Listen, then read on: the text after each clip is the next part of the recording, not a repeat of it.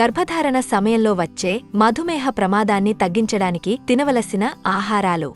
Carbohydrates లేని కూరగాయలు. పచ్చని ఆకుకూరలు, బ్రోకలీ, క్యారెట్లు, బెల్ పెప్పర్స్ వంటి ఇతర పిండి లేని కూరగాయలలో ఫైబర్, అవసరమైన విటమిన్లు, ఖనిజాలు అధికంగా ఉంటాయి. అవి తక్కువ కేలరీలను కలిగి ఉంటాయి. రక్తంలో చక్కెర స్థాయిలను స్థిరంగా ఉంచడంలో సహాయపడతాయి. తృణధాన్యాలు.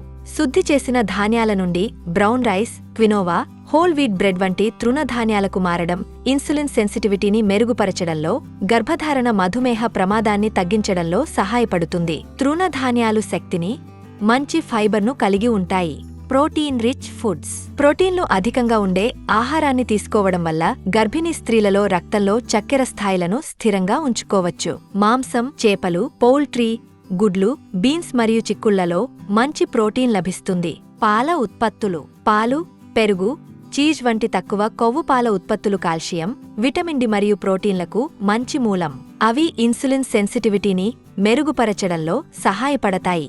రక్తంలో చక్కెర స్థాయిలను అదుపులో ఉంచుతాయి. పండ్లు. పండ్లలో సహజ చక్కెరలు ఉంటాయి, కాని వాటిలో ఫైబర్, విటమిన్లు, ఖనిజాలు కూడా ఎక్కువగా ఉంటాయి. గర్భిణీ స్త్రీలు పండ్ల రసాలు లేదా ప్రాసెస్ చేసిన పండ్ల స్నాక్స్ కంటే తాజా పండ్లను ఎంచుకోవాలి. ప్రాసెస్ చేసిన వాటిలో చక్కెరలు ఎక్కువగా ఉంటాయి. గింజలు మరియు విత్తనాలు. గింజలు, విత్తనాలు ఆరోగ్యకరమైన కొవ్వులు, ప్రోటీన్లు, ఫైబర్లను కలిగి ఉంటాయి.